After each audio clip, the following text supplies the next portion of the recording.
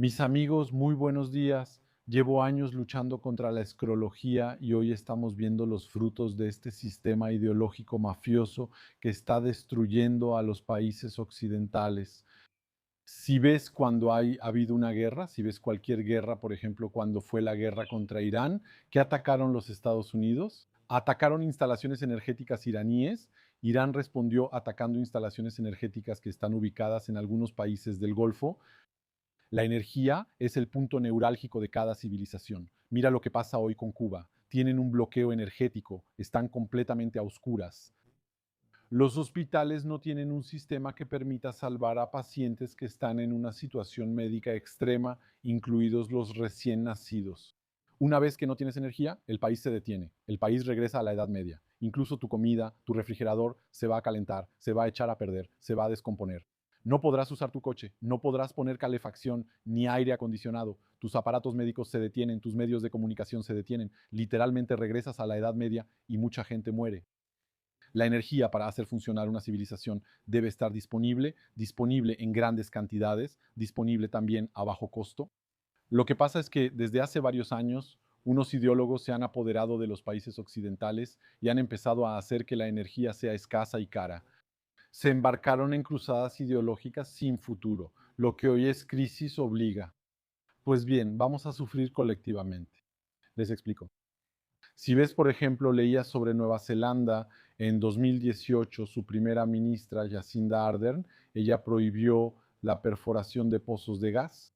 Lo que pasó es que en muy poco tiempo, en 2, 3 años, literalmente los inversionistas empezaron a irse. Se detuvieron las nuevas obras, se detuvieron las perforaciones, las exploraciones, y bastante rápido. Eso se dividió a la mitad, luego se volvió a dividir a la mitad, o sea, por cuatro.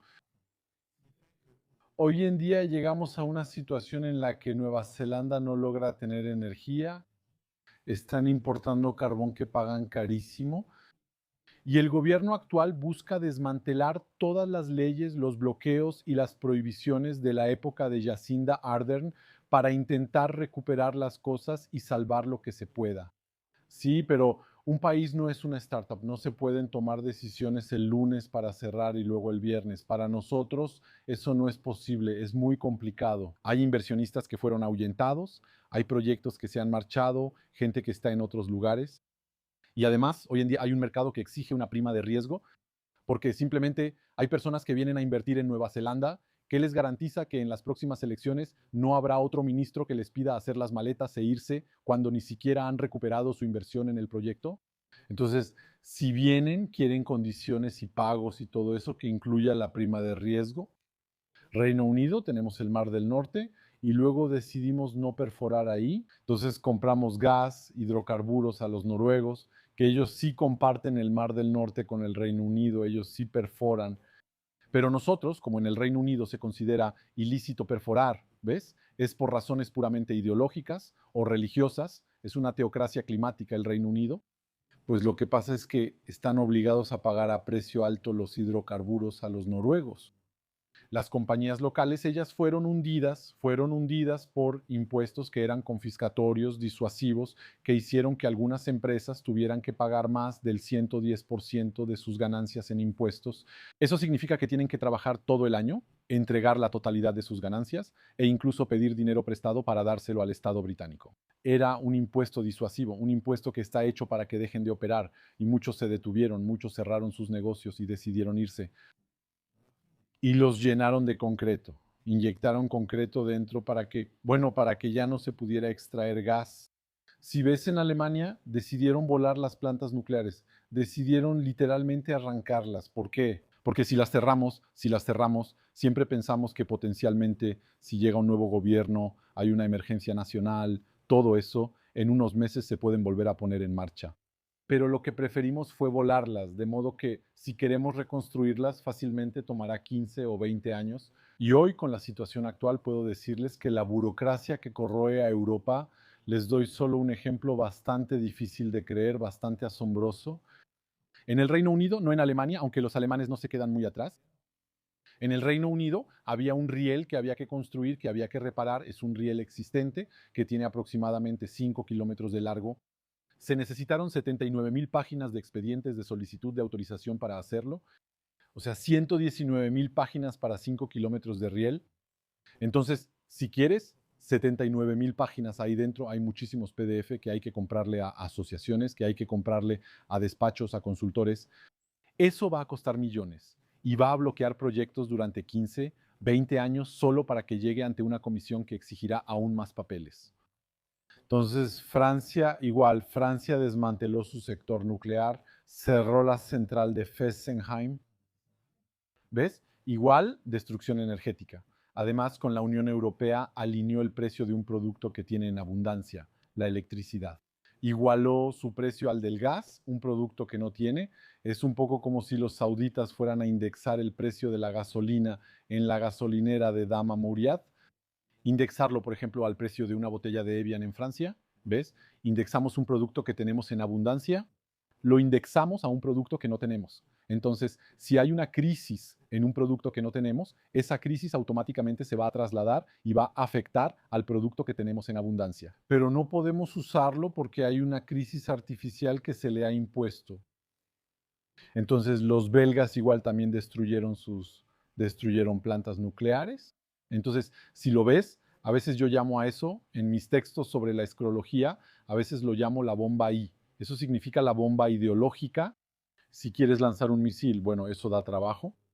Un misil, bueno, eso cuesta caro, todo eso. Eso crea una guerra. Eso crea bastante alboroto a nivel mundial. Pero no estás obligado a lanzar un misil. Puedes incitar a personas que son muy susceptibles a la ideología, susceptibles a la culpabilización y también a la corrupción.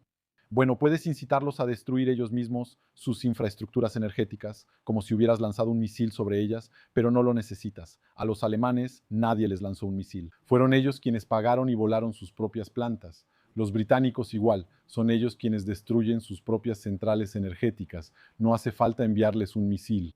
Y después, hoy en día, bueno, lo que pasa es que si vemos Europa, este recorrido de los últimos años, entonces hubo todo el tema de la energía rusa, de la cual se desconectaron por las sanciones contra Rusia, pero en realidad son sanciones contra ellos mismos, contra su propio pueblo. Después empezaron a reemplazarlo por hidrocarburos que vienen de la India, que en realidad son hidrocarburos rusos que son comprados por multimillonarios indios y revendidos a Europa. Hay que saber que en la India ahora hay bodas que cuestan varios cientos de millones de dólares. Hay personas que han hecho tanto dinero con este sistema del petróleo, con el dinero que en realidad se les quita a los europeos, que ni siquiera saben qué hacer con él. Se gastan 400 millones solo en una boda. Probablemente incluso durante esta década terminaremos teniendo la primera boda de 1.000 millones. A ese punto hemos llegado. Entonces, lo que pasa es que también obtienen combustible o hidrocarburos en Medio Oriente, pero ahora eso está cerrado. Así que eso es, los precios se dispararon y ¿qué les queda? Les queda el gas natural licuado estadounidense, por el cual tienen que pagar el viaje a través del Atlántico. Entonces, con ese sistema no hay manera de sostener una civilización. Hoy en día, como digo en la última frase del libro, estos países, lo leo en la última frase del libro Eschatologie, estos países que antes eran poderosos, bastará con un día sin viento para que sean derrotados. Esa es la idea. Es que queremos hacer funcionar una civilización con molinos de viento y paneles solares hechos en China. Así está la situación hoy en día. Es el momento de pagar todo eso. En Australia ya no tienen gasolina, tienen 500 estaciones de servicio que están vacías. Cada hora que pasa hay más lugares donde queda cada vez menos. Nueva Zelanda está en una situación similar. El Reino Unido ya está hablando de confinamiento energético. Están hablando de crear restricciones. Volver como en la época del COVID, diciendo, bueno, si tienes un trabajo esencial, tendrás que demostrar que tienes un trabajo esencial. Y luego te darán 5 litros de combustible para que puedas ir a trabajar. Entonces, están creando restricciones. Y les agrego el último elemento que realmente viene a aplastar a la gente, personas que ya no pueden más, que están exhaustas en todos los sentidos. Es el hecho de que vivimos en sociedades depredadoras en Occidente. Por ejemplo, llega una noticia, al día siguiente sales de tu casa y ves que todos los precios han subido. Vivo en Mauricio. Hace casi un año que dejé el Reino Unido. Pues bien, el precio del gas no ha cambiado en los últimos 6 meses. Es exactamente el mismo. El precio del combustible es exactamente el mismo que hace 6 meses hasta el último centavo. No ha cambiado. Eso significa que no todas las empresas del mundo están agravando la situación. No son todas las empresas las que ven una guerra en Ucrania y luego van a duplicar el precio de la mostaza y del aceite de oliva diciéndote que viene de Ucrania. ¿Recuerdas la mostaza de Dijon que supuestamente venía de Ucrania? No es así, vivimos en Europa y eso es lo que hace la vida muy difícil para millones de personas. Es que de por sí la gente ya está siendo golpeada por crisis económicas constantes que hoy en día parecen volverse una característica permanente de Europa. Tuvimos el COVID, después del COVID tuvimos Ucrania, después de Ucrania tuvimos Irán, después de Irán no sabemos qué vendrá después, pero ahora es continuo, no se detiene. Y cuando tenemos un poco de respiro, terminamos con hombres que, por fines políticos, toman decisiones absurdas que van en contra de los intereses nacionales. En el Reino Unido, por ejemplo, dijeron que van a aumentar el impuesto a los combustibles porque el clima no espera. Porque, ok, sí, hay una crisis, hay lo que quieran, pero ¿acaso el clima va a poder esperar? Bueno, la emergencia climática está ahí y va a ser necesario actuar. Y para actuar se toma a personas que ya están ahorcadas y se les va a poner un impuesto adicional encima. Entonces, eso también es lo que hace la vida muy difícil cuando vives con personas que están constantemente en guerra contigo, cuando vives en una sociedad que está bajo la depredación capitalista, que está bajo una desregulación demencial que se impulsa cada día en tu contra para venir a aplastarte. Entonces, después de un tiempo, es cierto que es mucho, es cierto que eso es lo que hace la vida muy difícil en Europa, porque no es necesario que sea así. No se trata solo de eso, porque, ojo, una crisis puede ocultar otra. Cuando ves la situación piensas, sí, es la crisis en Irán, es la crisis en Ucrania, pero no, no es solo eso. Se usan esas crisis como cortinas de humo para aprovecharse, para especular a tus expensas, para crear inflación a tus expensas. Entonces, son las dos cosas, es un pretexto. Ojo, cada vez que hay una crisis, hay muchos intereses económicos que se posicionan y luego dicen, sí, pero sabes, el aceite de oliva pasaba por Ucrania, así que es por eso, es absurdo. Sí, las crisis internacionales tienen un efecto negativo. Sí, es cierto, tienen un efecto en la economía, tienen un efecto inflacionario, etcétera. Sí, eso es verdad. Pero entre el efecto de la crisis y luego usar la excusa de la crisis para aumentar más, eso es otra cosa. Y eso es lo que vemos sobre todo en Europa.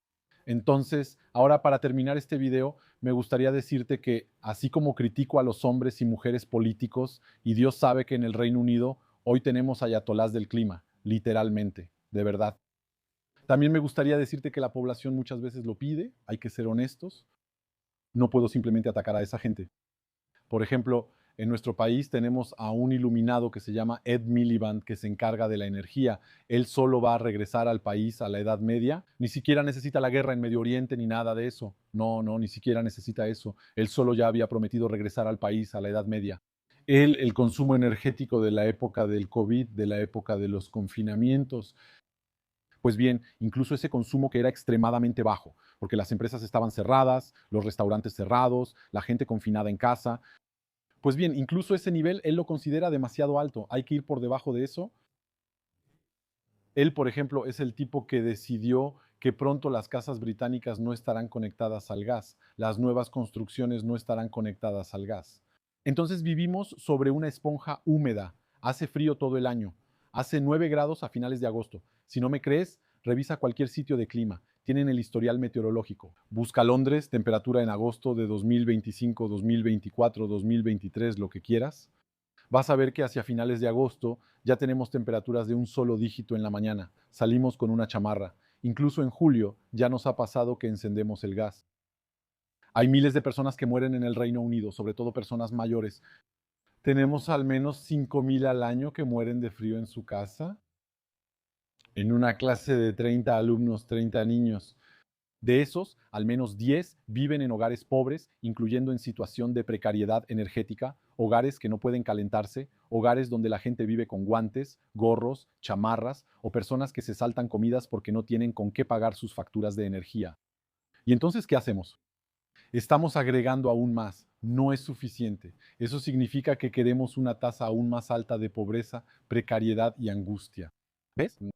Pero por mucho que critique a estos políticos, Ed Miliband, de alguna manera, es lo que muchos británicos merecen, hay que decirlo. Porque creen en la narrativa y ellos mismos dicen, el Estado no hace lo suficiente por el clima, el mayor peligro que nos amenaza es el clima, mientras que el mayor peligro que nos amenaza es la miseria, es el hambre, es el frío, es estar enfermo y esperar 2 años para una operación quirúrgica y enterarse apenas una semana antes de que borraron tu nombre y que ahora tendrás que volver a hacer un expediente y esperar otros 2 años. Si sigues vivo dentro de 2 años, quizá te operen entonces. ¿Ves? Esa es la amenaza cuando vives en el Reino Unido. La amenaza es la criminalidad en un país que ha cerrado las comisarías, que ha cerrado todo lo que permitía el servicio a la población, que ha cerrado los bancos, que ha cerrado las oficinas de correos, que ha cerrado todos los servicios públicos. Ya no hay una administración que reciba al público hoy en día en este país. Tenemos una administración por correspondencia. En el Reino Unido, si quieres renovar tu licencia de conducir o te has mudado, necesitas que alguien firme tu foto para certificar que eres tú. Estás obligado a contarle toda tu vida a alguien que te observa, un amigo o un vecino, que firma para certificar que realmente eres tú. ¿Por qué? Porque la administración solo trabaja por correspondencia. Para que veas, así es un país que se está desmoronando.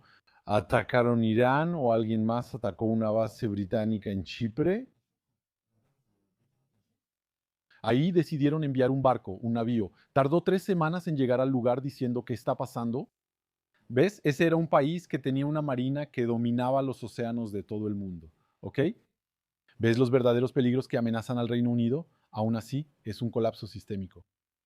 Bueno, ellos te dicen, sí, el peligro es el clima. Al decir eso, le dan una licencia, le dan autoridad, le dan un mandato a locos como Ed Milibande y otros para actuar y empobrecerlos aún más. La población es pobre en el Reino Unido, no hay que mentirse. Sí, la ciudad es pobre, sí, la ciudad es muy rica, sí, la City es muy rica, se mueven trillones, pero no son esos trillones los que van a llegar a la población. Los británicos están muy mal pagados, ¿de acuerdo? El nivel de vida en el Reino Unido es muy, muy bajo. Hoy en día hay búlgaros que vinieron hace 20 años que están regresando a su país porque encuentran que tienen mejores oportunidades económicas allá. La, la Polonia está mucho mejor. Se dice que para 2030 Polonia superará económicamente al Reino Unido, pero creo que ya lo ha superado en muchísimos factores objetivos. Es un país que se está destruyendo, que se está derrumbando, y no es por el clima, no es por el calentamiento global. Pero tenemos una población que dice, las autoridades deben hacer más por el clima. Ellas ya están haciendo más por el clima, ¿de acuerdo? Ese es el problema. Cada persona que piensa que las autoridades deben hacer más, les da a esas mismas autoridades un mandato. Bueno, gracias amigos por haber visto este video hasta aquí. Se viene una mega lluvia tropical. Los dejo. Por suerte ya había terminado mi comentario. Y nos vemos en el próximo video. El libro Scrology está disponible en Amazon. Incluso está en formato de audio en Audible. Hasta muy pronto. Violento, te lo aseguro. Cuando cae así, esa no es nada.